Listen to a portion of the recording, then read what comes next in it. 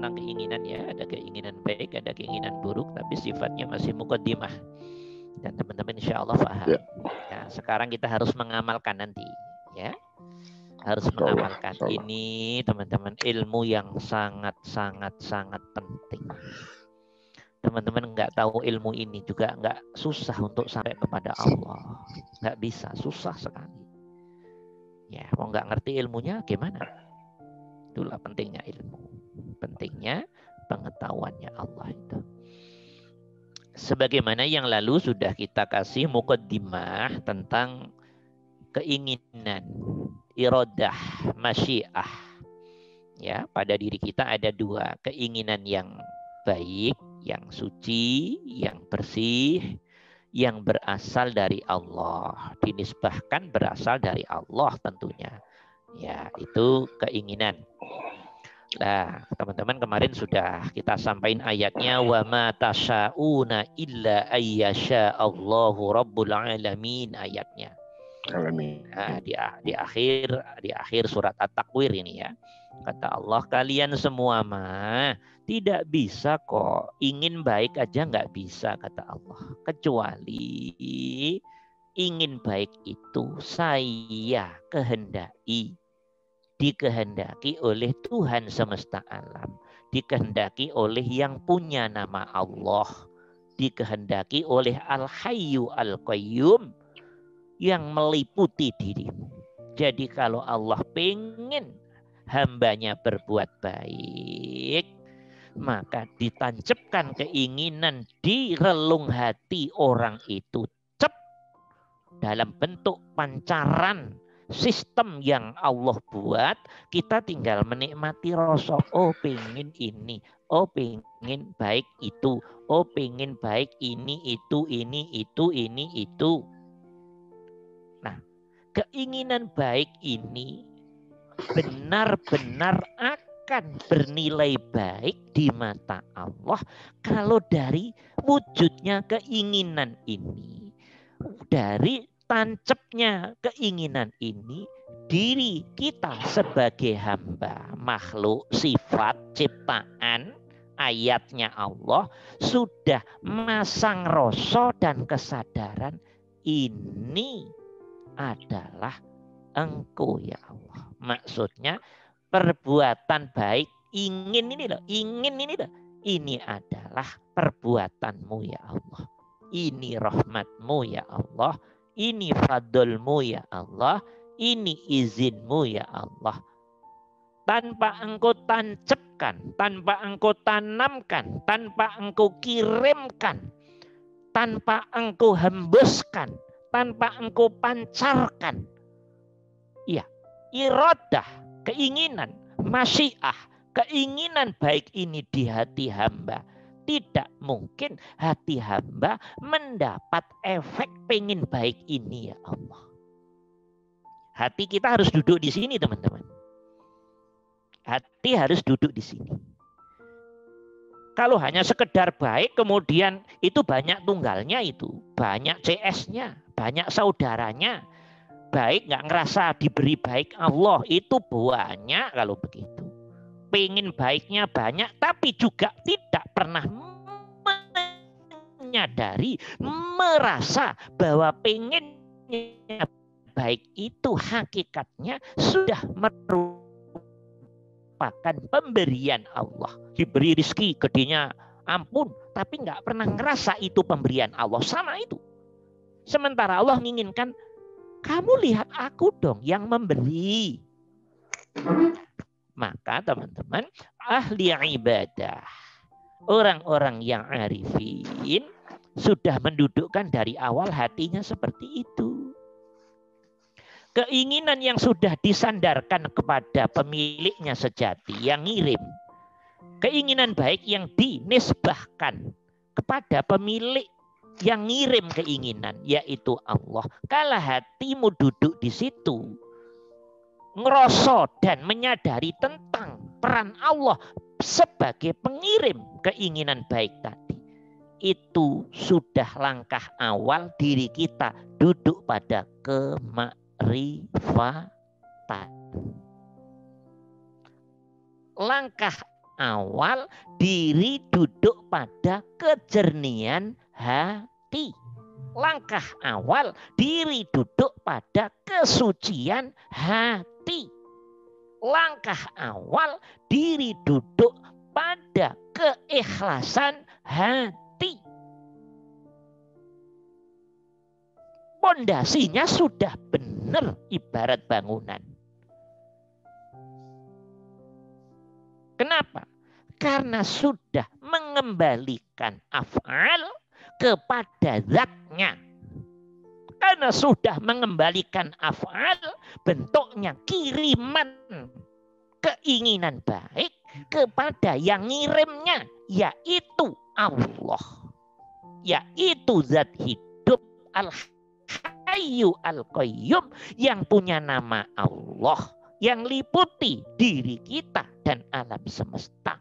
Hatimu duduk di situ dengan ngerosok dan menyadari bahwa ini yang ngirim Allah dan dirimu merasa dikirimin. Maka hati dan pikiran akan duduk, ini berarti kebaikannya Allah. Dan aku mendapat kebaikan dari Allah. Ini nikmatnya Allah dan aku mendapat nikmat kebaikan. Merasakan nikmat ini. Menikmati nikmat ini. Menghayati nikmat ini.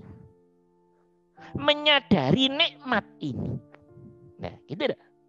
Maka pondasinya sudah benar, sudah bersih, sudah jernih, sudah suci. Mengerti ini? Ini harus diamalkan. Ini bukan ilmu teori. Wa ma tasyauna illa ayyasha Allahu rabbul alamin. Ini harus benar-benar setiap amaliyah baik hati kita harus duduk mengamalkan ayat ini.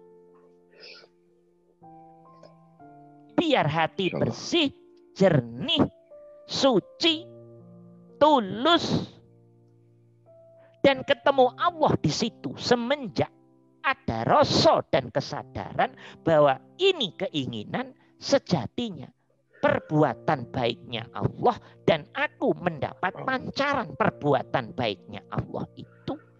Dengan demikian kepala kita nggak bisa gede. Dengan demikian hati kita nggak bisa sombong di hadapan Allah. Dengan demikian setan, jin, iblis dalam sistem nafsu kita susah untuk mengerjain diri kita merasa wah sombong hero di hadapan Allah. Karena hatimu sudah duduk pada pondasi yang bening, yang jernih, yang tulus, yang suci, yang ikhlas. Setan mampu ngerjain kan karena kita masih kotor. Kotor itu salah satu di dalamnya adalah kebodohan. Di dalam kebodohan ada kemusyrikan, ada kekafiran. Oke, ada kenajisan, ada kebolotan, ada ego. Nah, gitu loh teman-teman. Kalau sudah menyandar ke Allah, maka isi hati sono, alam hati sono, jadi mendapat nurul ma'rifah, cahaya kemakrifatan dari Allah. Jadi iblis, setan, jin dengan sistem nafsu nggak bisa menguasai keinginan yang orang yang ditanami keinginan baik oleh Allah ini memang sudah ngerasa ini engkau ya Allah. Ini perbuatan baikmu ya Allah. Dirimu menikmati. Dah, ini langkah awal perbuatan kemakrifatan seperti ini teman-teman. Dah, satu, paham ya teman-teman? Insyaallah. Nah, karena itu di sini kita buat ciri-ciri. Ini biar teman-teman nanti kalau ngamalkan biar enak maksud saya. Ya, ciri-ciri keinginan yang baik, yang bersih, yang suci, yang itu berasal dari Allah punya ciri-ciri.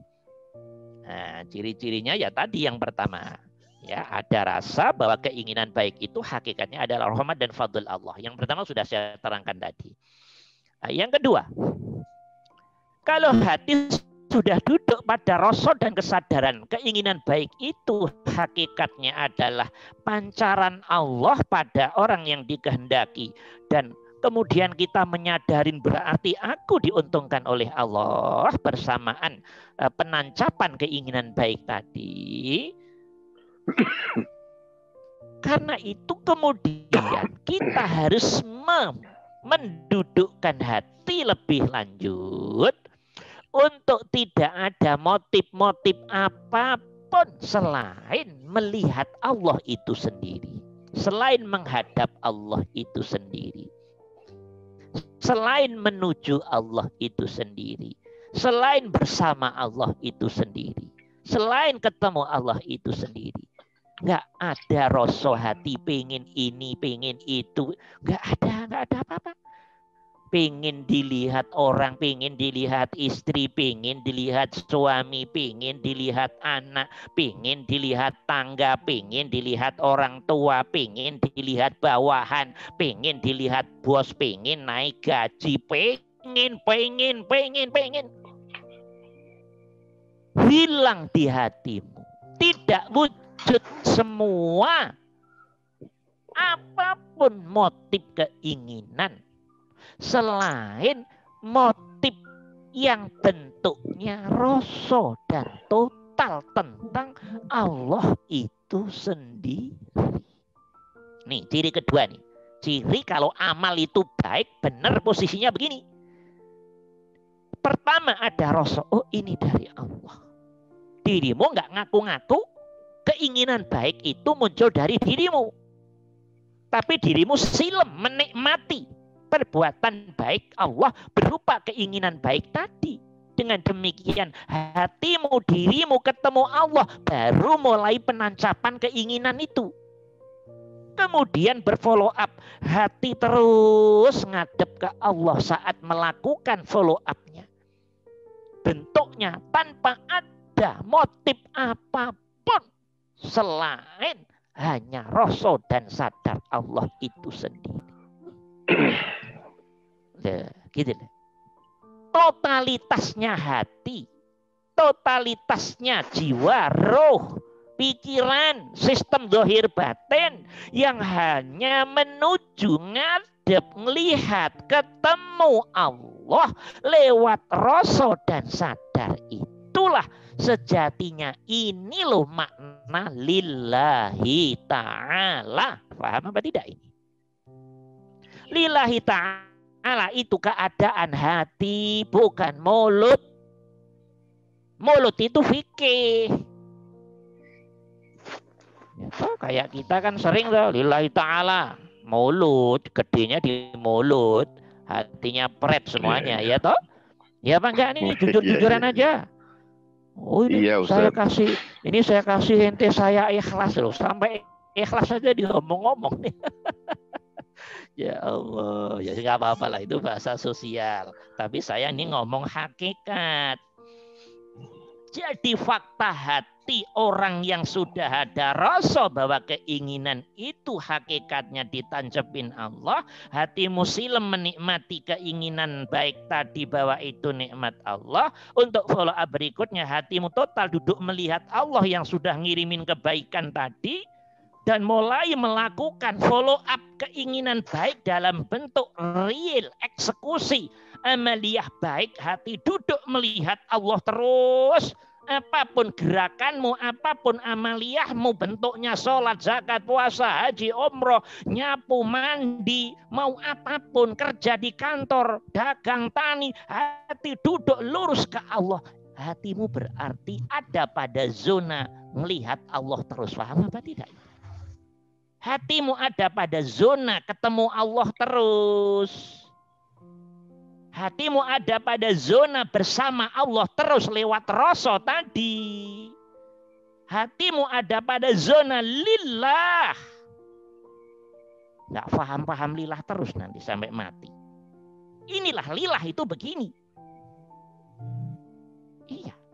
Diri sudah nggak dilihat karena hati sudah ngerti, paham, mulai dari kling keinginan Allah, follow up dirasa, itu semua Sejatinya, hakikatnya, kebaikannya Allah. Karena kita tahu dayanya Allah, kekuatannya Allah, hidayah Allah, taufik Allah, inayahnya Allah, rahmat fadlnya Allah, izinnya Allah. Hidup yang ada pada diri kita juga milik Allah.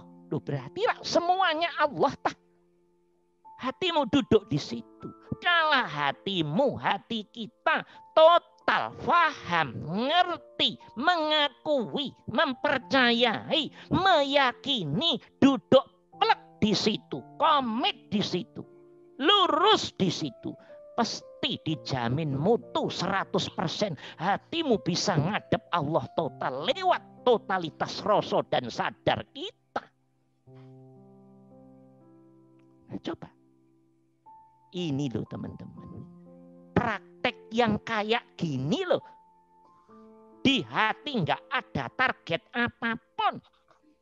Di hati juga nggak melihat kebaikan diri. Karena hati sudah paham ternyata yang baik bukan diriku. Tapi hakikatnya Allah. Diri yang mendapat pancaran kebaikan itu. Sehingga mendapatkan buah efek nikmat. Dari kebaikan itu, dirimu sudah paham di situ, sudah ngerti di situ, sudah kenal itu, hatimu duduk manis di situ, sehingga yang kelihatan di hatimu peran baiknya Allah pada dimensi kehambaan dan dirimu menikmati baiknya Allah itu lewat semua amaliyah 24 jam yang mahdoh atau ghairu mahdoh. Ini loh yang diimpikan oleh semua umat Islam di dunia ini. Cuman ilmu ini kan tidak mudah. Ini loh teman-teman. Duduknya hati, pikiran, dohir batin yang begini ini loh. Yang kelihatan di hati hanya baiknya Allah. Diri mendapat kenikmatan, efek nikmat baiknya Allah. Hati menikmati, hati menjiwai, hati merasa, hati menyadari, hati mengimani, hati mempercayai, hati meyakini bahwa ini hakikatnya adalah Allah. Peran baiknya Allah. Hati duduk total di situ. Ini loh praktek begini ini teman-teman. Tanda. Mulai dari keinginan sampai follow up perbuatan baik, dirimu dihitung orang yang hatinya bersih. Hatinya bersih, jiwanya bersih, dirinya bersih, zahir batinnya bersih. Karena yang kelihatan Allahnya, diri tidak kelihatan. Diri kelihatan menikmati kebaikannya Allah. Ternyata aku bukan orang yang penting. Tapi akulah sifat, akulah efek dari af'al.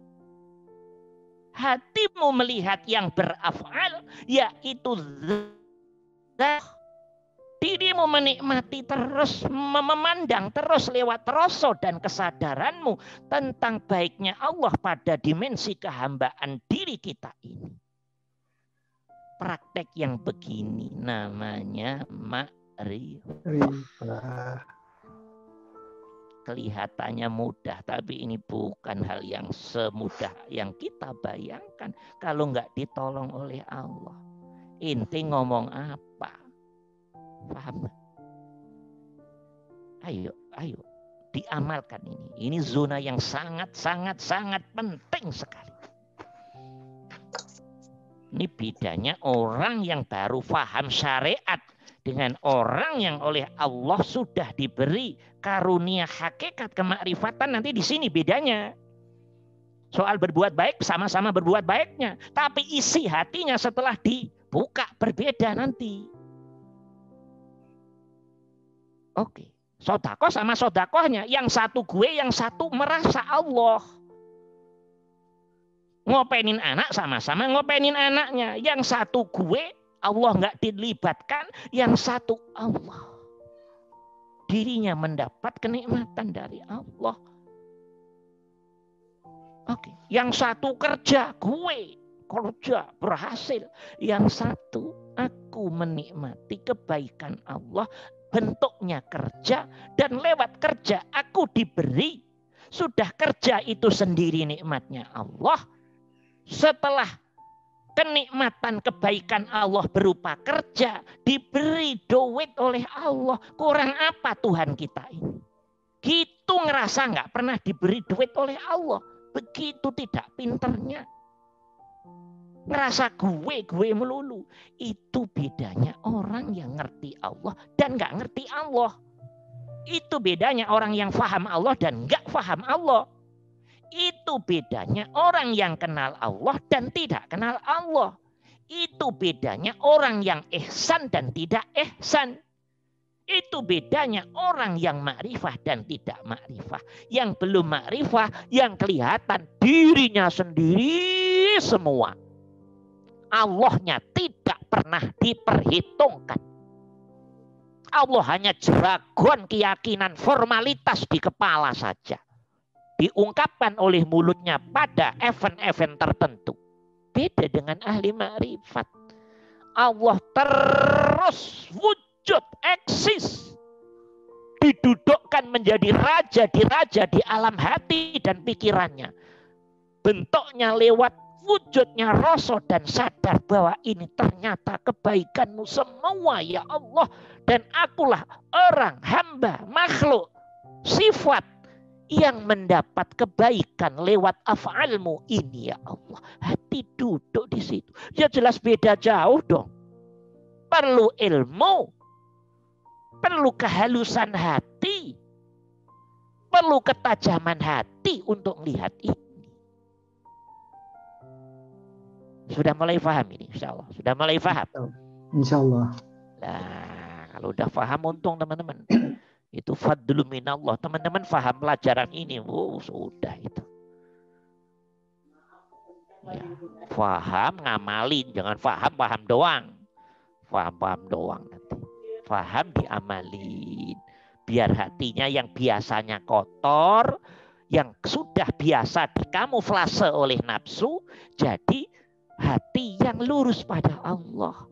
Coba kalau saya boleh nanya, dari kecil sampai umur sekarang, kapan dirimu merasa niatmu baik itu kebaikannya Allah? Yuk, tolong dihitung. Ya apa enggak nih? Ngerasa aja lah. Jujur-jujuran.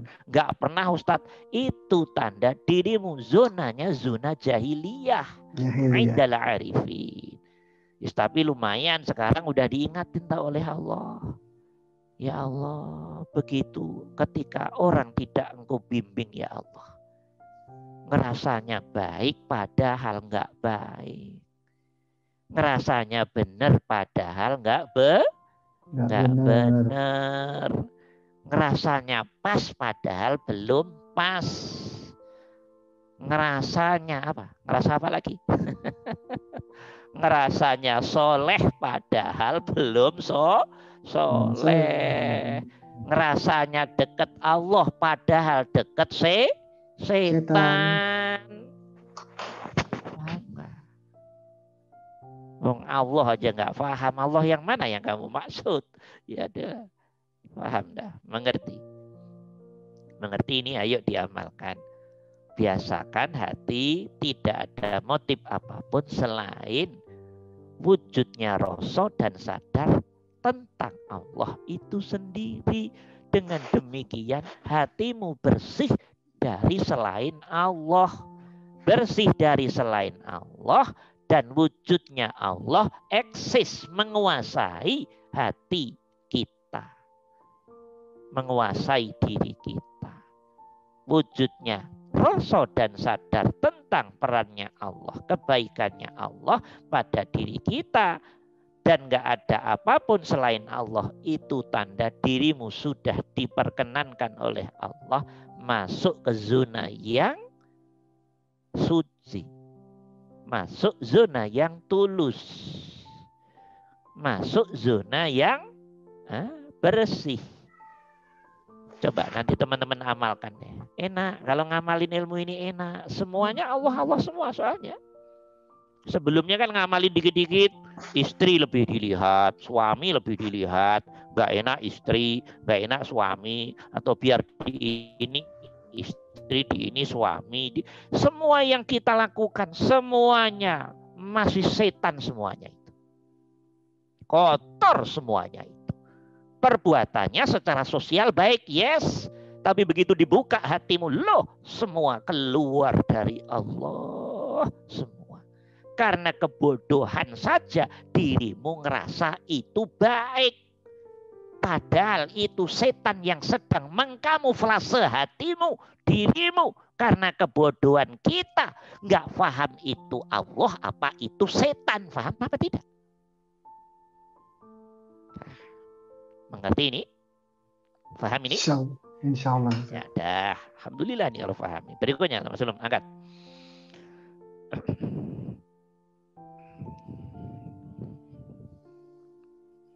Ya, ini sudah ini tadi ya, follow up amal baik tadi, teman-teman.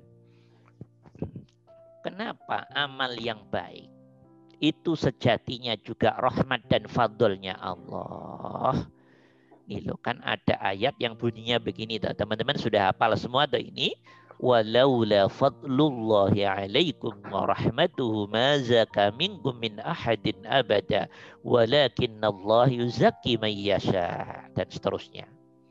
Kata Allah dalam ayat ini, kalau bukan karena karunia-Nya Allah pada kalian, kata Allah, kalau bukan karena karunia-Nya Allah dan rahmat-Nya Allah, kasih sayang Allah, kebaikan Allah pada kalian, orang Islam, orang iman, ya, mazaka minkum min ahadin abada. Tidak ada satu orang pun dari kalian yang bisa bersih hatinya. Tidak ada satu orang pun yang bisa bersih hatinya. Kalau bukan karena rahmatnya Allah, kalau bukan karena fadlnya Allah, tidak ada satu pun orang dari kalian di dunia ini yang bisa bersih hatinya. Coba. Kurang jelas apa ayat ini? Kalau bukan karena rahmat Allah, kata Allah. Kalau bukan karena kebaikanku, kata Allah. Kalau bukan karena kasih sayangku, rahmatku, asihku, kebaikanku, nikmatku, fadlku, karuniaku. Tidak ada satu orang pun di dunia yang bersih hatinya. Tidak ada. Abadan, selamanya tidak akan ada yang bisa bersih hati. Tidak ada. Artinya apa? Diri kita tidak bisa membersihkan hati sendiri tanpa keterlibatan aktifnya Allah pada diri kita. Maka ayatnya dilanjutkan oleh Allah. Walakinnallah yuzakki man yasha. Akan tetapi Allah membersihkan orang-orang yang membersihkan hati tentunya. Kalau hati tidak bersih, muncul ke efek zahir bersih. Auranya positif. Aura yang menjadi rahmat. Aura yang membuat adem diri dan lingkungan. Aura yang membuat enjoy, enak pada diri dan lingkungan. Oke. Walakinnallaha yuzakki man yasha. Akan tetapi Allah lah yang mensucikan, yang membersihkan. Ya. Pada orang yang Allah kehendaki. Kurang tegas apa ayat ini? Ada ayat-ayat yang lain. Cukup satu aja lah perwakilan. Kurang tegas apa ayat ini? Gamblang, blang, kata Allah. Kalau bukan karena rahmatku, kebaikanku, kata Allah. Asihku, kata Allah. Karuniaku, kata Allah. Tidak ada satu orang pun yang akan bisa membersihkan dirinya. Selama-lamanya, abadan.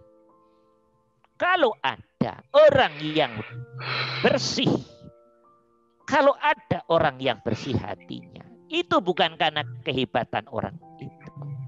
Walakinnallah yuzakki man yasha. Akan tetapi Allah lah yang membersihkan orang itu. Dulu. Bukti orang itu bersih kembali ke awal tadi. Inginnya sudah disadari ini hakikatnya nikmatmu, rahmatmu, fadlmu ya Allah. Setelah ingin hati kosong dari apapun selain Allah, hati duduk ngadep total kepada Allah dan menjalankan normal aktivitas kehidupan profesional sebagaimana tuntutan sosial dan legal kehidupan, tapi hati tetap ngadep total ke Allah tanpa harus melihat diri, tanpa harus melihat apapun selain Allah. Dengan duduk begitu, lewat rasa ini aku menikmati kebaikanmu ya Allah. Nah, sudah. Hati bisa duduk begini kayak yang tadi disampaikan di awal. Itu tanda diri termasuk orang yang dikehendaki oleh Allah. Jernih hatinya, bersih hatinya, oke, tulus hatinya, mengerjakan apapun sudah selalu kembali kepada pemilik af'alnya.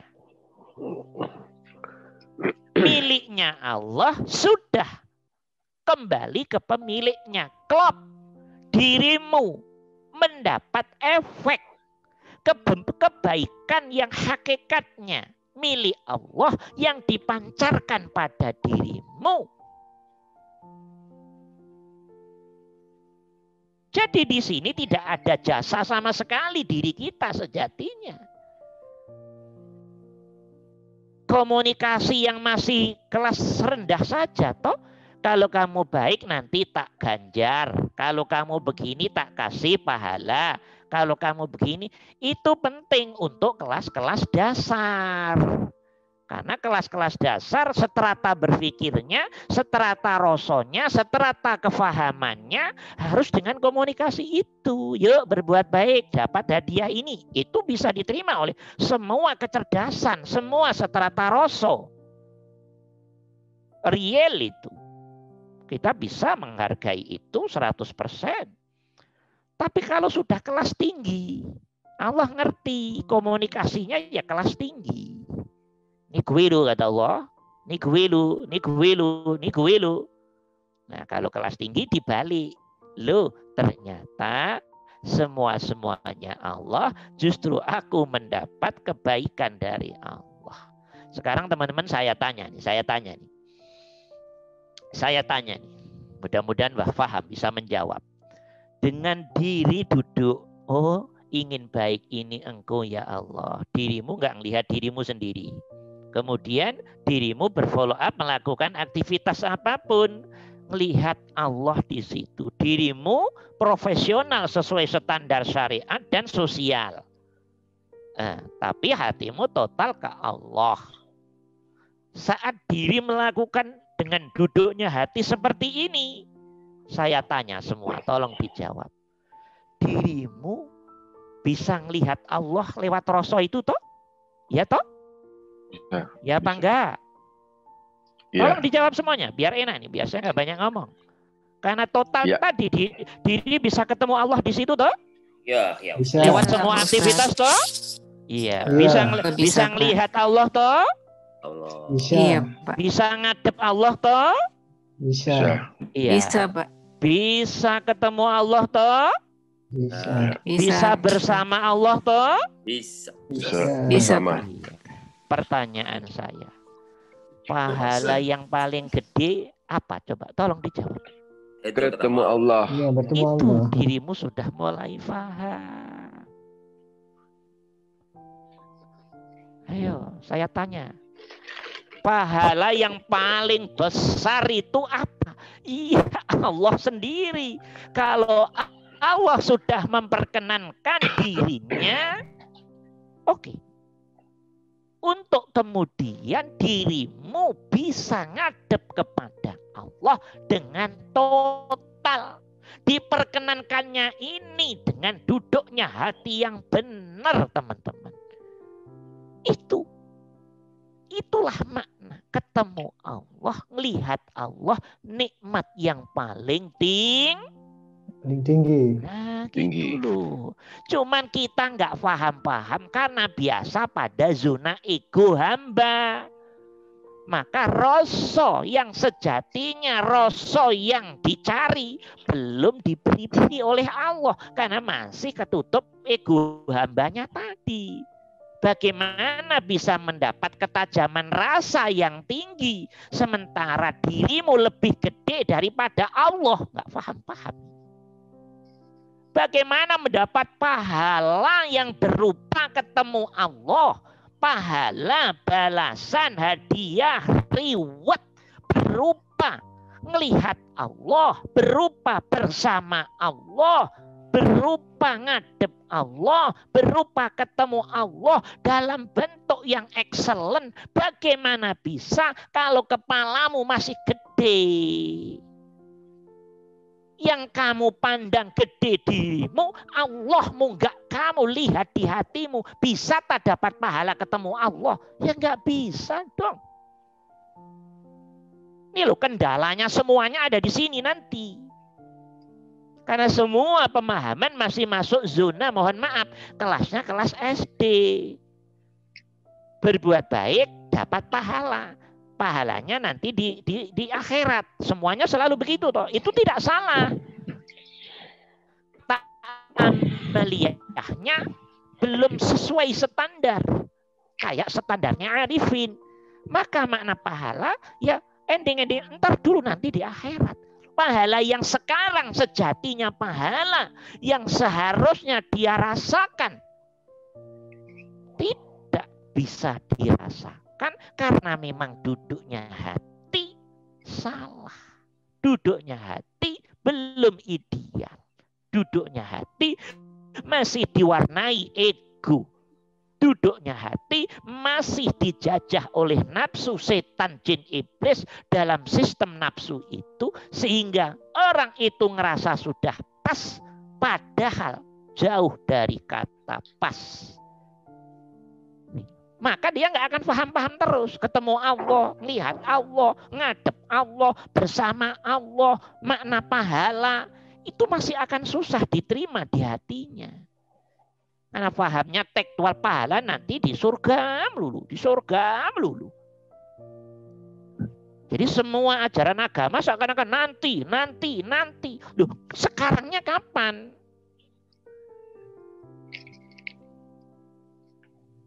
Karena salah mendudukkan hati. Gitu loh. Ini kan satu sisi bencana tadi sini. Dimanja dengan kata nanti. Ayo sekarang diperbarui. Yuk sekarang harus benar mendudukkan hati itu. Biar segera diberi nikmat oleh Allah berupa kefahaman, berupa pengertian, berupa pengetahuan, berupa pengenalan, berupa percayaan, berupa keyakinan. Oh ini tah. Gitu loh. Ini tah itu harus ngamalin dulu tah. Nggak ngamalin dulu nggak akan bisa ngerti ini tah. Nggak bisa. Teori doang nggak bisa. Harus menjadi para amilun, para pengamal. Bukan pemaham, pengamal. Dah. Maka ayo kita amalkan ayat ini. Walaula fadlullahi alaikum warahmatuhu ma zaka minkum min ahadin abada walakinallahu yuzakki man yasha. Kalau teman-teman ngamalin langkah-langkah ini nih, langkah-langkah ini teman amalin nih, serius ini. Kalau nanti sudah titik sempurna, dirimu itu kayak melayang-layang, ngerti nggak? Dirimu itu loh, hidup kayak ngelayang-layang, tahu ngelayang, melayang-layang. Hati yang dipenuhi rahmat Allah, fadl Allah, berupa ketenangan, adem, ayem, jenjem, tentrem, damai. Apapun aktivitasnya, dirimu jadi enteng semua. Yang buat enteng karena benernya duduknya hati, hubungannya dengan Allah. Entengnya tanda duduknya hatimu bener. Ada yang enteng karena duit, ada juga. Ya, enteng banget karena bayarannya gede. Bayarannya kurangin dikit, mogok, ngambek. Nah, itu setan ketemu setan. Ya. Faham? Ya Allah, Kelihatan, ya Allah, kelihatan ya. di situ kelihatan. Kalau orang-orang tulus nggak mikir gitu teman-teman, nggak mikir, bisa dimengerti. Allah aja, ya mengerti. Itu nanti cara ngelihat tulus orang apa tidak di situ.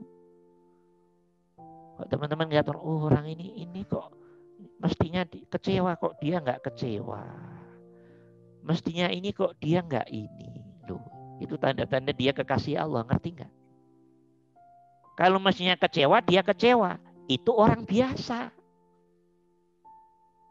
Mestinya sakit hati, dia sakit hati. Orang hebat apa biasa itu? Biasa. Ya, mestinya sakit hati dan dia benar-benar sakit hati. Biasa atau orang-orang yang hebat itu orang yang biasa. Biasa. Mestinya kecewa dan dia kecewa. Biasa apa keren? Biasa.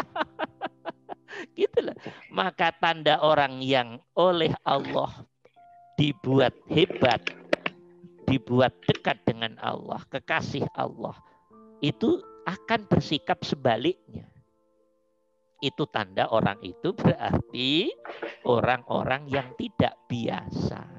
Loh, mestinya dia kecewa. Kok nggak kecewa? Tanda. Teman-teman lihat nanti kalau melihat orang begitu. Itu loh. Kok ditempeleng ganti nempeleng? Oh sama, kelasnya biasa.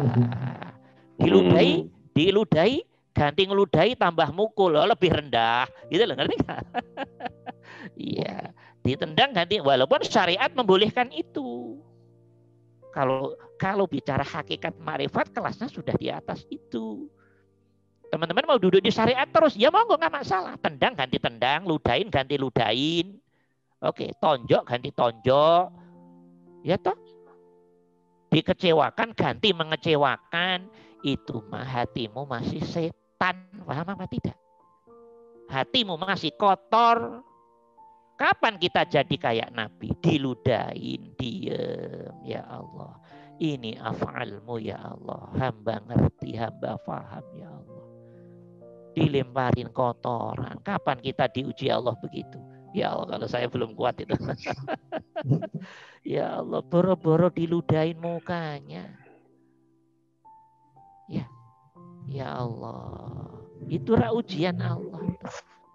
Dilemparin kotoran, ya Allah. Af'almu ya Allah. Hatinya Nabi ngomong begitu. Orang nggak pada paham kalau Nabi puncak kemakrifatan. Nabi ngerti itu af'alullah. Itu loh, paham apa tidak? Ya Allah, af'almu ya Allah, siap ya Allah. Maka Nabi kemudian tambah mendoakan, Allahumma gfir lahum ya Allah. Ya Allah, ampunin mereka ya Allah, yang ngeludahin hamba, yang lemparin kotoran hamba, yang lemparin batu hamba. Ampuni ya Allah. Fa innahum la ya'lamun. Mereka belum mengerti ya Allah. Ini bahasa syariat teman-teman. Ngerti enggak? Cuman teman-teman bacanya hanya syariat doang. Padahal hakikatnya hatinya Nabi ngomong, ini jenengan ya Allah. Hamba faham, hamba ridho, hamba siap ngikuti apa yang engkau perbuat pada diri hamba ya Allah. Siap. Jangankan hamba baru dilemparin kotoran ludah ya Allah. Nabi Yahya, Zakaria Pak Yahya, engkau gergaji diem ya Allah, ngikuti apa maumu ya Allah. Kayak apa sakitnya orang digergaji. Beliau diem nerima ngikuti apa yang engkau mau ya Allah. Coba yang jadi Nabi Zakaria Pak Dadang. Yang jadi Nabi Zakaria potongan-potongan kita. Aduh, udah. Mengerti? Iya. Digergaji nggak main-main. Coba. Ada Nabi yang dibunuh. Ada Nabi yang disiksa. Diikat. Ya toh? Diikat di onta sehingga badannya terbelah menjadi dua. Karena diseret onta ke sana kemari. Disiksa oleh kaumnya. Dia mengikuti ya Allah. Maumu seperti ini ya Allah. Siap ya Allah. Ngerti itu sejatinya. Af'alnya zat. dia menikmati itu. Wah, ini kalau bukan makom-makom yang kelas tinggi nggak bisa, teman-teman. Bisa dimengerti? Ya. Nah, gitu loh teman-teman. Jadi di balik peristiwa tergantung hatimu sampai mana. Hanya itu aja sih urusannya sebetulnya. Ya, hati yang masih setan ya kayak umumnya orang. Ya, hati yang agak lumayan ya lumayan. Hati yang sangat berkelas ya Allah, monggo ya Allah. Loh, gitu loh teman-teman. Bisa dimengerti ini? Ya, itu tentang ayat tadi.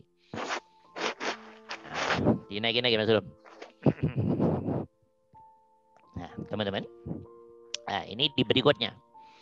Teman-teman, rasa dan kesadaran bahwa keinginan baik hakikatnya dikirim Allah dan sudah berfollow up pada action perbuatan baik, rasa ini harus terus ditahan, teman-teman. Rasa ini harus terus eksis di rasa hati kita, di kesadaran hati, pikiran, zahir batin kita tentang baiknya Allah, perbuatan baiknya Allah pada diri kita, dan diri kita diuntungkan dengan perbuatan baik ini sehingga kita bersamaan pula mendapat rasa dan nikmat dari kebaikan Allah pada diri kita. Rasa ketemu Allah, rasa ngadep Allah, rasa melihat Allah, rasa dalam peliputan totalitas Allah, rasa selalu kebersamaan dengan Allah. Itu tolong dipertahankan dari starting kesadaran dan rasa keinginan baik dari Allah sampai terus melakukan satu aktivitas tertentu, terus duduk bertahan pada kuatnya eksis rasa ini tentang kebaikan Allah pada diri kehambaan kita. Oke. Bertahannya rasa ini hubungannya tentang perbuatan baiknya Allah pada diri hamba, dan diri hamba duduk menikmati perbaikan perbuatan baiknya Allah. Terus eksisnya rasa inilah, terus eksisnya ini, disitulah derajat kemakrifatan kita berbeda-beda. Yang derajat kemakrifatannya kuat, diberi kuat oleh Allah, eksisnya rasa dan kesadaran terus kuat. Semakin tinggi kuatnya rasa ini, eksisnya rasa dan sadar ini tentang baiknya Allah pada diri hamba, semakin kuat tensinya, semakin tinggi tingkat kebertahanannya di hati kita, zahir batin kita. Itu tanda kemakrifatan seseorang semakin tinggi. Dirimu bisa melihat dirimu sendiri. Lihat apa yang ada di hatimu dalam sana. Ustadz, saya baru menyadari dan merasa niat itu dari Allah aja masih sering-sering lepas ya Allah. Ya berarti kedudukanmu di situ. Masih baru mulai dilatih oleh Allah di situ. Terus dilatih bahasa syariatnya. Terus diasah, terus zikirnya. Pada saat tertentu dengan izin Allah pasti akan ditingkatin. Ya Allah, sudah latihan begini Ustadz kok susah sekali di sini. Ya mungkin diuji Allahnya di situ. Proses, mudah-mudahan proses. Tapi kok setannya gede. Ya setannya gede. Siapa ini yang baru datang? Setannya gede ini. Ya setannya gede ini. Ya dirimu bisa melihat hatimu sendiri. Paham ya? Dirimu bisa melihat hatimu sendiri. Iya, masa nggak bisa melihat diri sendiri sih bisa. Oh, loh, setiap yang baik kok saya oleh Allah diingetin ya, rasa sadar muncul ya, eksis ya. Kemudian action ke perbuatan baik dan terus dipertahankan rasa itu oleh Allah. Cuman kadang hilang sekian persen. Ringkas cerita, oh saya baru dapat 50%. Lumayan 50%. Daripada yang enggak sama sekali. Ya toh? Berarti hatimu sudah diperkenankan zikir. Ya, ketemu Allah, melihat Allah, ngadep Allah, kebersamaan dengan Allah. 50% dari satu af'almu. Masya Allah, lumayan teman-teman. Tinggal niat naikin gimana yang 50% jadi 60, 70, 80, 90, 100. Itu akan sangat dipengaruhi ilmumu.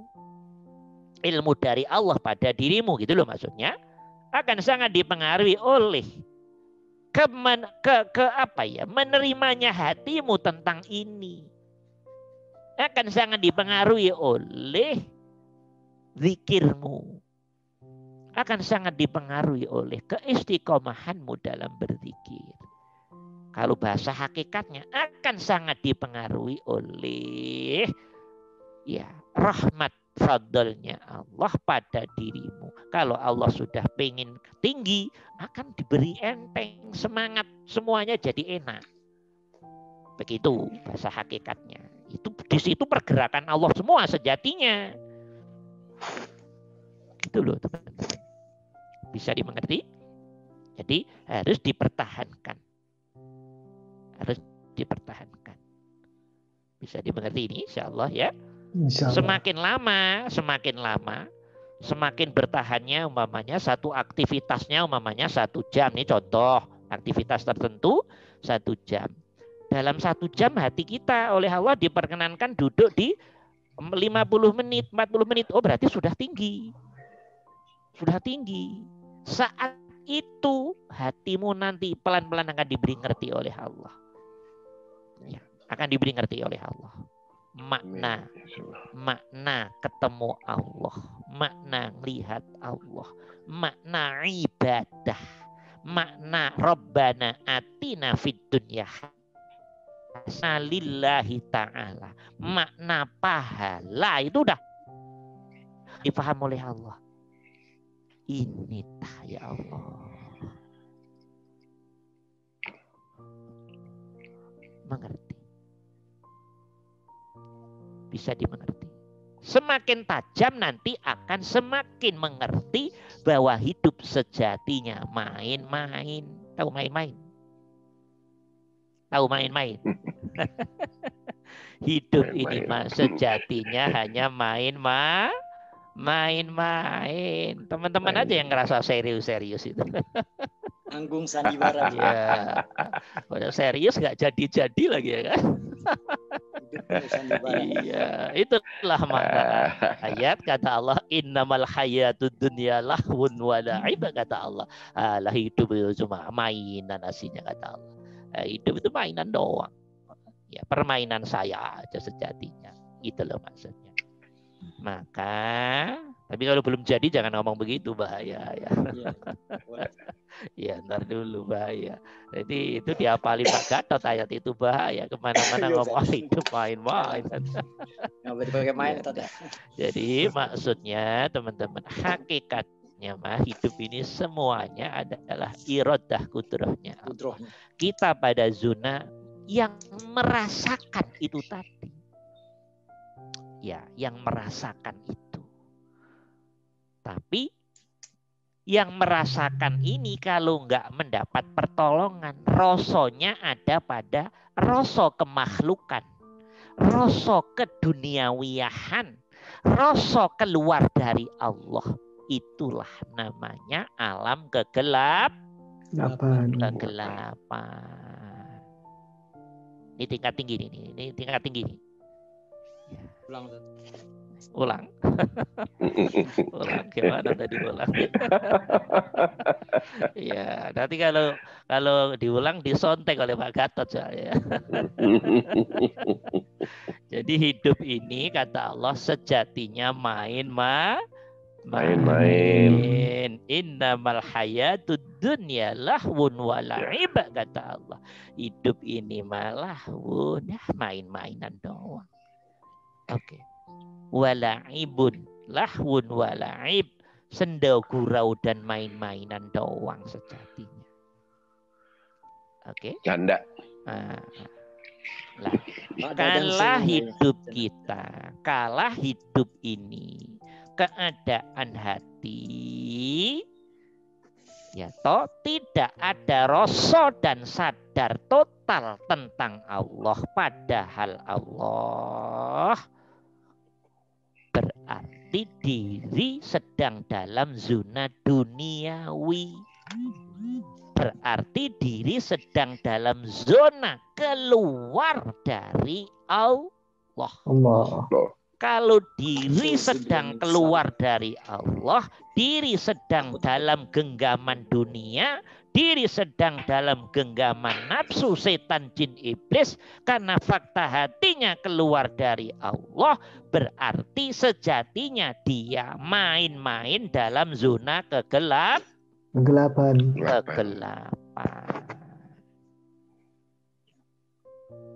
Sebaliknya, kalau hatinya total ada rasa sadar tentang Allah dalam semua amal-amal tertentunya tentunya, berarti dia sedang dalam penguasaan Allah. Dia sedang dalam pertolongan Allah, rahmat fadlnya Allah. Dia sedang tidak dalam kena jebakan dunia, walaupun dia sedang berjalan di atas dunia. Nah, ini dia ada pada zona alam terang benerang. Ada pada alam terang benerang. Ada pada genggaman Allah. Efeknya tahu sendiri teman-teman. Bisa dimengerti. Ya. Insyaallah. Hidup yang tidak main-main itu hanya satu. Yaitu hidup yang hati duduk pada rasa dan kesadaran tentang Allah. Itu dirimu nggak main-main, tapi dirimu benar-benar berhasil dari kecauan-kecauan nafsu, dan karena berhasil dari kecauan nafsu, benar-benar ngadep Allah, nuju Allah, ngelihat Allah, bersama Allah, sampai Allah. Berarti dirimu diuntungkan oleh nikmatnya Allah tadi, rahmat fadlnya Allah, untuk tidak main-main, tapi benar-benar hidup yang serius dalam genggaman Rabbul Alamin. Sehingga dirimu diberi paham makna ketemu Allah, makna lillahi ta'ala, makna pahala, makna nikmat yang paling tinggi, makna surga, makna nikmat surga yang paling tinggi, bukan katanya tek lagi, tapi dirimu sudah mendapat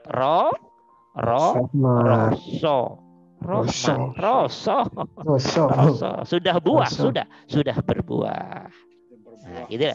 Nah, kalau sudah berbuah, hidup sudah tidak main-main lagi. Iya. Bisa dimengerti ini? Ya dah. Nah. Berat sekali. Nah, oke, teman-teman. Sekarang saya tanya begini. Kalau hati sudah biasa duduk pada apa yang kita pelajari tadi di atas tadi, dari keinginan duduk tek ini engkau ya Allah, berfollow up duduk terus ke Allah dan tidak melihat apapun selain Allah. Kan tadi saya tanya toh, dalam konteks itu kita diberi paham makna nikmat paling tinggi itu ketemu Allah, ya toh? Iya. Kalau nikmat yang paling tinggi ketemu Allah, berarti pahala yang paling tinggi apa? Ketemu Allah. Ketemu Allah. Itu kalau Pak Gatot enggak. Pahala yang paling tinggi dapat cewek cantik Ustadz Yahid. Yuhui. Sambil menyelamin air. Itu mah masih kelas SD itu. Bayangan spiritual. Jadi gini, spiritual tapi dibandingin physically. Gitu loh. Yang begitu-gitu masih kelas SD. Jangan disalahin, nggak apa-apa. Memang kefahamannya baru segitu, mau bagaimana lagi?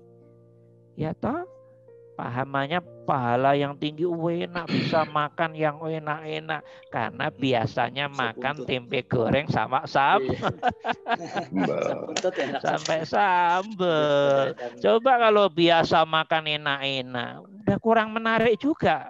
Pancingan makanan enak-enak itu udah bosan makan enak-enak kok. Iya apa enggak ini? Iya. Iya. Kalau sudah urusan ruhiyah, teman-teman, hati, ruh, jiwa, semua yang fisik akan pasti kalah. Semua yang fisik pasti akan kalah. Itu udah otomatis. Kalau dirimu belum sampai kerasa bahwa semua kenikmatan yang bersifat fisik masih akan kalah dengan semua dimensi ruhiyah, berarti diri masih dalam perjalanan menuju pengenalan pada Allah.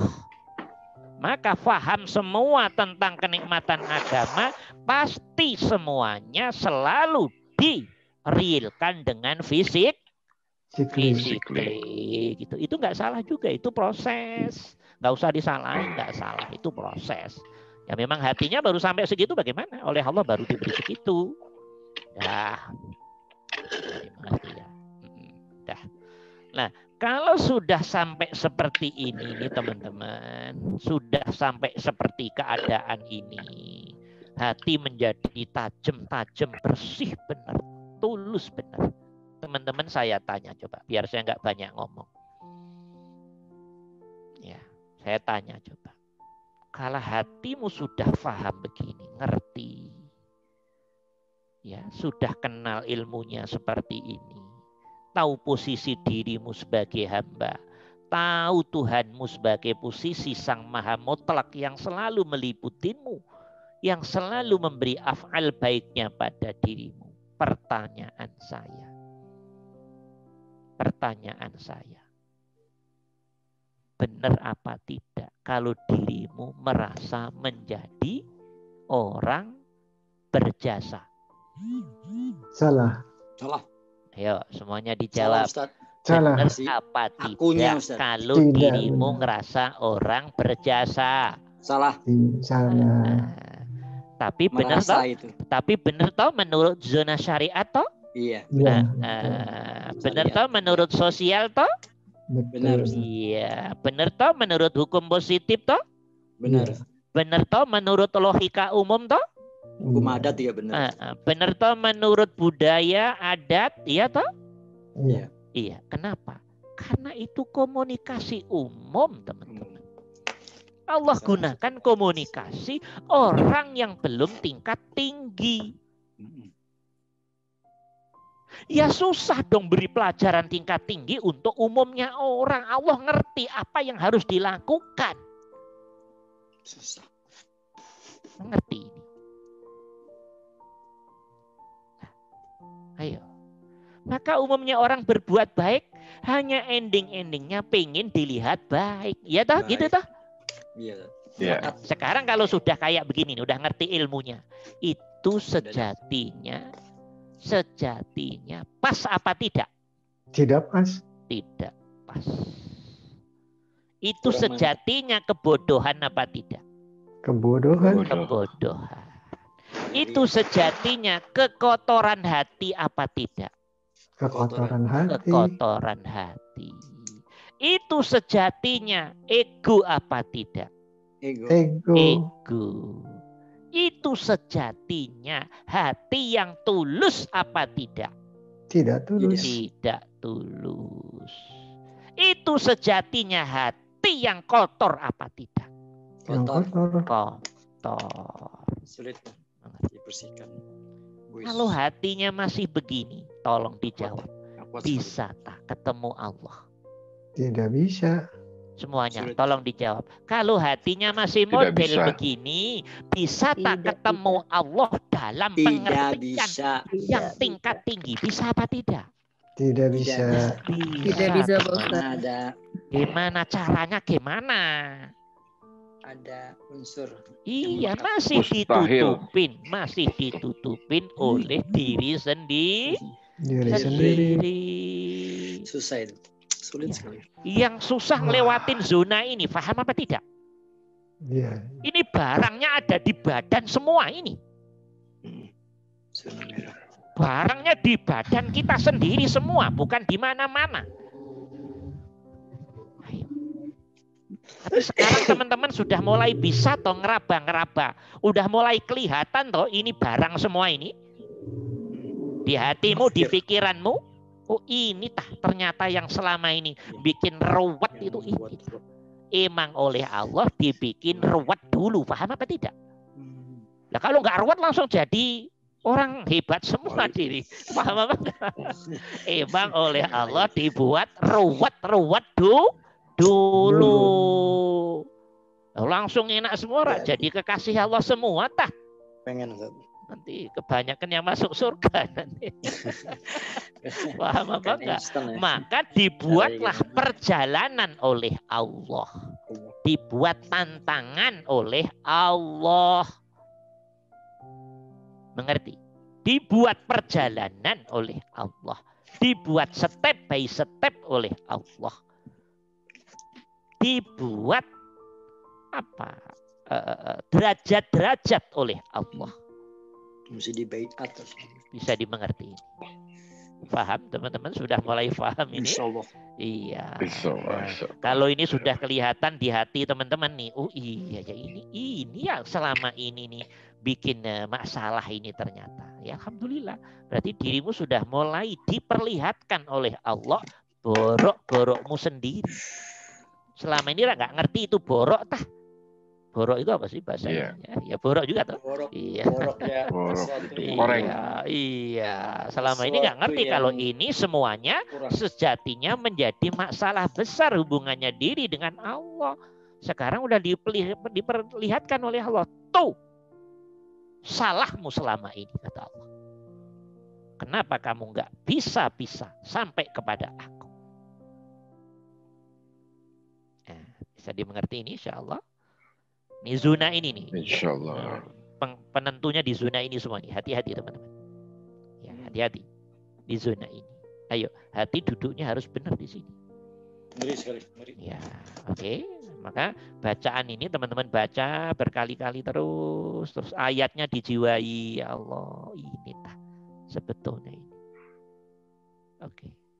Maka kalau duduknya niat perbuat keinginan baik tadi benar, follow up-nya benar, kemudian ditahan terus rasa itu ngadep Allahnya terus menerus. Saat itu pertanyaan saya tolong langsung dijawab biar saya nggak banyak ngomong. Kalau hati duduknya benar terus dari awal tadi sampai dalam amaliyah berproses terus, baik amaliyah berupa kerja ke kantor, amaliyah bekerja perdagangan, pertanian, belajar, semua amaliyah apapun bentuknya nggak ada bedanya hakikatnya. Hati duduk terus bertahan dan ditahan rasa dan kesadaran pada baiknya Allah pada diri hamba. Itu saat itu teman-teman saya rasa hatimu ketemu Allah terus toh? Iya. Nah, Iya. sekarang saya tanya, kalau hati ketemu Allah terus namanya ma'rifat apa enggak? Marifat. Nah, itu loh. Marifat. Ini loh teman-teman. Jadi ma'rifat itu mah dimanapun, kapanpun, peristiwa apapun, hal apapun, enak, enggak enak, selalu ketemu Allah. Allah. Karena ketemu Allah berarti paham Allah enggak hatimu, dirimu? Ya. Paham apa Paham. enggak? Paham. Paham. Ngerti Paham. apa enggak? Ngerti apa enggak? Ngerti. Ngerti. Kenal apa enggak? Kenal. Menyadari Kenal. apa enggak? Sadar. Ngeroso Nyadar. apa enggak? Merasa. Lah, Betul. paham. Dalam keadaan seperti itu, dimanapun kita berada, dalam zona peristiwa apapun, ngadep kemanapun, semuanya ada Allah apa enggak? Ada Allah. Ada. Allah. Ada Allah di hatimu. Ini loh makna ayat dalam surat Al-Baqarah ini. Fa aina ma tuwallu fasamma wajhullah. Dimanapun kamu ngadep, ke atas, ke bawah, ke belakang, ke depan, ke kanan, ke kiri, situasi kayak apapun, kondisi bagaimanapun, hatimu ngerti, hatimu faham, hatimu kenal, hatimu menyadari, hatimu ngerasa Allah semuanya. Fa aina ma tuwallu fasamma wajhullah. Dimanapun kamu ngadep, selalu ketemu Allah. Allah. hatimu yang ketemu. Karena hati, roh, jiwa masih nempel, masih meliputi jasad, maka jasad bersamaan roh, hati, jiwa ikut mendapat rasa apa yang dirasakan oleh hati, jiwa, roh kita. Sama-sama ketemu Allah. Mengerti? Ini makna ayat fa aina ma tuwallu fasamma wajhullah. Ini mah kalau hatinya belum jernih nggak bisa teman-teman menangkap makna ayat ini, nggak bisa. Ayat ini baru bisa ditangkap, ayat ini baru bisa dimengerti, difahami dalam kontekstual implementasi real dalam kehidupan, khusus bagi orang-orang yang sudah sampai pada Allah. Kalau belum hanya teori terjemah dari translate ayat itu yang berhenti di kepala, tapi hati, jiwa, roh belum mampu menjadi pengejauhan dari makna ayat fa aina ma tuwallu fasamma wajhullah ini belum. Kalau hanya terjemah ngomong ya enak lah itu mas, siapapun bisa. Yang dimaksud ayat ini bukan itu. Bukan kok ngerti terjemah ngomong sana sini, bukan itu. Ini fakta hati teman-teman, fakta roh kita, jiwa kita yang karena saking sudah benarnya mendudukkan hati, hubungannya dengan diri dan Allah, setiap keinginan baik duduk, ini hakikatnya Allah yang ngirim, follow up perbuatan baik semua duduk pada kebaikannya Allah, hati duduk di situ terus bertahan, maka semuanya zona waktunya, amaliyahnya akan selalu bisa ketemu Allah. Fakta hati, fakta hati yang diikuti totalitas zahir batin karena jasad dan roh masih dalam satu sistem. Fa aina ma tuwallu fasamma wajhullah. Sekarang saya tanya, kalau selalu ketemu Allah, berarti diri orang itu selalu sholat apa tidak hatinya? Selalu sholat. Selalu sholat, selalu zikir, selalu bersama Allah. Berarti selalu ngadep Allah, selalu lurus pada Allah, selalu melihat Allah. Kalau sudah sampai ini nih, Allah berjarak apa tidak dengan diri insya Allah? Tidak. Nah, kalau yang hatimu masih ada jarak dengan Allah, itu tanda hati masih Kotor. salah Ustadz. Tergantung yang ngomong siapa. Dibilang salah ya bisa dari sisi tertentu, dibilang proses ya proses. Kalau kita pakai istilah yang enak-enak aja lah, proses. Ya biar nggak nyakitin hatinya orang. Dapat lagi, hilang dapat. Iya, Dapat, hilang. iya enak gitu aja, ada proses itu. Tapi insya Allah saya istiqomah. Paham ya? Fa aina ma tuwallu fasamma wajhullah. Nah, kalau sudah duduk di sini nih teman-teman, baru nanti diberi ngerti oleh Allah. Oh, sholat itu ternyata bisa dalam semua keadaan. Oh, ternyata sholat 5 waktu. Zuhur, asar, maghrib, isya, subuh, dan sunnah-sunnahnya. Itu hanya mahdoh saja. Iya. Mahdoh. Ibarat makan makanan pokok gitu loh. Paham? Baru ngerti. Hakikatnya gerakan, bacaan. Emang Allah butuh tak gerakan dan bacaan itu? Itu hanya syariat saja. Intinya intima. Yang penting hatimu ketemu Allah. Itu intinya. Tapi karena syariat ngajarin harus wudhu, harus semua takbir, semua harus diikutin. Karena itu zonanya zona mahdoh. Tapi nanti hatimu akan paham. Loh, rasanya ketemu Allah lewat sholat fardu, lewat sholat sunnah, lewat saya beraktivitas apapun. Kok sama ya sekarang? Itu tanda diri semakin diberi pinter oleh Allah, diberi ngerti oleh Allah. Kamu sudah saya beri paham makna sholat yang sebenarnya. Oke, bisa dimengerti ini? Paham ini? Ya, jam berapa ini? Jam berapa? Nggak kerasa. 4 menit. Hah? Oh ya Allah, udah. Satu lagi tadi ayat terakhir tadi apa? Ayat terakhir tadi.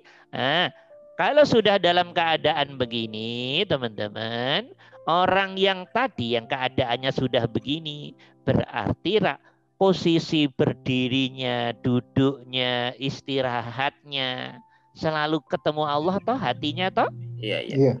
Iya apa enggak toh? Iya toh? Nah, ini loh berarti itu tanda orang-orang. Kok teman-teman nanti sudah ada tanda-tanda ini nih. Semua posisi selalu ketemu Allah, ngadep Allah, bersama Allah, ngelihat Allah, zikir. Selalu dirimu ngerti nanti.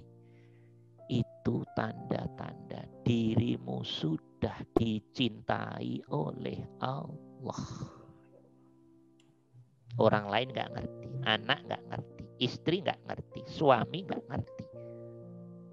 Oke, yang ngerti dirimu sendiri. Ya sekarang saya kok terus Allah terus hati ini. Itu tanda baik dirimu diangkat menjadi orang yang dicintai oleh Allah. Dan dirimu akan sambut gayung juga mencintai Allah. Orang yang cinta dan yang mencintai selalu sambung rasa dan sadar apa enggak? Iya, sambung rasa.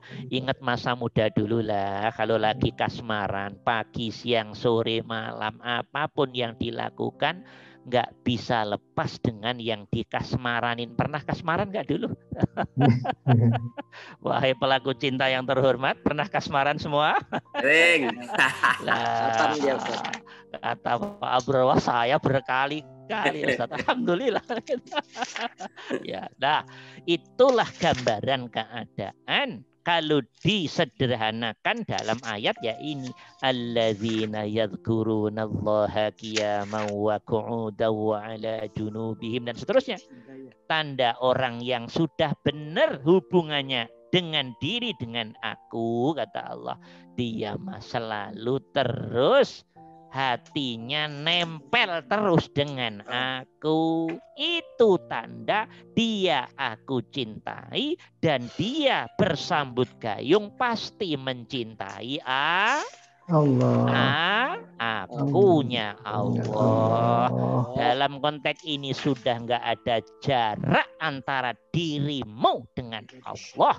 Dirimu sudah diberi mengerti oleh Allah. Ini taya Allah. Ternyata makna aku Allah lebih dekat dari urat nadimu. Sudah paham, sudah ngerti, sudah nggak tanda tanya lagi, sudah nggak ragu-ragu lagi. Hatimu diem, cep. Diemnya tanda pintermu. Diemnya tanda ngertimu. Diemnya tanda fahammu. Diemnya tanda duduknya rasa dan sadarmu. Hubungannya dengan Allah. Mengerti. Paham ini? Paham ini? Nah, pertanyaan saya terakhir. Pertanyaan saya terakhir.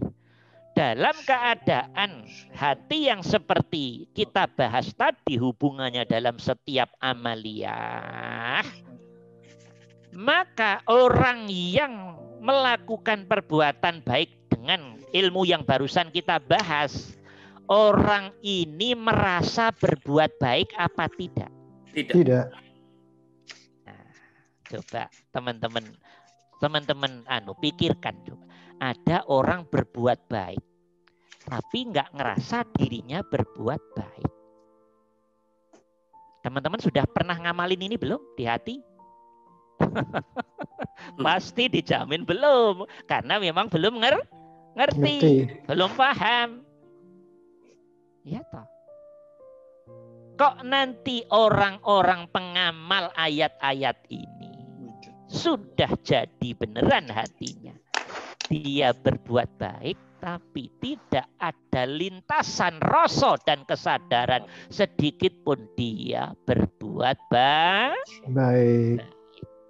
Kala hati seseorang, ya, kala hati seseorang sudah duduk pada rasa bahwa dia bukan pelaku kebaikan, balik kebaikan itu sejatinya milik Allah yang dipancarkan pada dia dan dia mendapat kemanfaatan dari kebaikannya Allah pada dirinya karena dia ngerti itu afalnya Allah yang dikirim pada sifatnya, maka inilah namanya ikhlas. Nah, gitu loh teman-teman.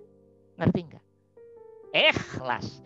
Jadi ikhlas, orang yang ikhlas, orang yang tidak pernah merasa berbuat baik karena kefahaman hatinya, karena mengertinya hatinya, karena kenalnya hatinya bahwa yang berbuat baik adalah Allah yang memancarkan perbuatan baik pada dirinya.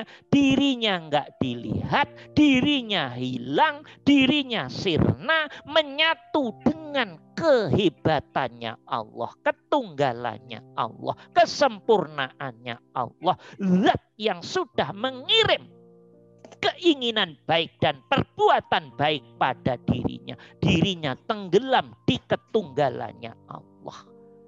Dirinya tidak pernah merasa berbuat baik. Pada saat ada rasa seperti ini, orang ini kayak hidup, iya, melayang-layang. Praktekin dulu nanti, kalau sudah sempurna begitu. Dia melayang-layang dengan amalnya, karena nggak kelihatan dirinya. Yang kelihatan wujud kuatnya Allah pada hatinya. Dia diperkenankan oleh Allah walaupun badannya di dunia, dia sudah mendapat angin segar akhirat di hatinya. Maka orangnya namanya orang yang bersih. Karena duduk dari keinginan sama aktivitasnya sudah tidak ada rasa akunya hamba. Semua dikembalikan pada Allah sebagai pemilik af'al. Orang yang sudah tidak ada rasa klaim bahwa ini perbuatan baikku, nggak ada rasa klaim ini loh. Orangnya ini namanya orang yang Ikhlas. Sekarang udah mulai ngerti ikhlas ya? Masih diucapkan. Berat apa enggak nih? Ikhlas itu berat apa enggak? Masih diucap. Iya, ikhlas selama ini ikhlas masih pret semua itu. Ikhlas di bibir doang, paham enggak? Iya, itu dia masalahnya. Mengerti. Berat. Nah, sekarang udah mulai paham ikhlas? Insya Allah. Insya Allah. Umur sudah berapa tahun ini umur? 20 jalan. Banyak. Kalau dilihat dari 0 sampai umur sekarang, kira-kira yang ikhlas berapa? Nah, nggak tahu udah Ustaz. Jangan-jangan belum ada yang Ikhlas. mau masuk surga. Di atas. Mau masuk surga. Ya Allah. Paham ya? Udah tahu diri semua sekarang? Insya Allah. Iya. Makin nampak Ustaz. Nah, Kejelekan. semakin kelihatan dirimu itu siapa. Ya, Bolong-bolongnya tuh makin. mengerti. Ya, tapi nikmatilah, itulah diri kita. Oh iya. Ya, oke ya, itu arti ikhlas. Coba saya tanya lagi. Kalau hati dari awal duduk, keinginan ini hakikatnya dikirim Allah. Hati silem di tunggalnya Allah. Nah, Melakukan perbuatan baik ini, perbuatan rahmatnya Allah, kebaikan Allah pada dirinya. Diri yang diuntungkan oleh Allah. Diri merasa tidak berbuat baik. Berarti teman-teman, di situ hati bersih apa tidak? bersih. Jernih apa tidak? Jernih. Iya, tulus apa tidak? Tulus. Ada sesuatu yang lain selain Allah termasuk dirinya di hati situ apa tidak? Tidak ada. Loh. Bersih. Lurus. Apalagi anak, istri, suami, jabatan. Enggak ada apa-apa. Titipan. Yang ada di hatinya totalitas penguasaan, kuatnya, nurnya Allah, rasa tentang Allah, sadar Allah. Susah ya. Orang yang begini teman-teman namanya mukhlasin. Mukhlasin. Orang yang dikehendaki oleh Allah bersih, dibersihkan oleh Allah. Mukhlas. Dirinya hilang, silem di ketunggalannya Allah. Karena yang besar Allah, yang maha besar Allah, dia hanya debu yang diuntungkan oleh Allah. Di alam rasa yang kelihatan Allahnya, dirinya hilang, gak kelihatan. Orang yang hatinya sudah bisa begini, namanya mukhlasin. Ini loh orang-orang pilihannya Allah tuh yang begini.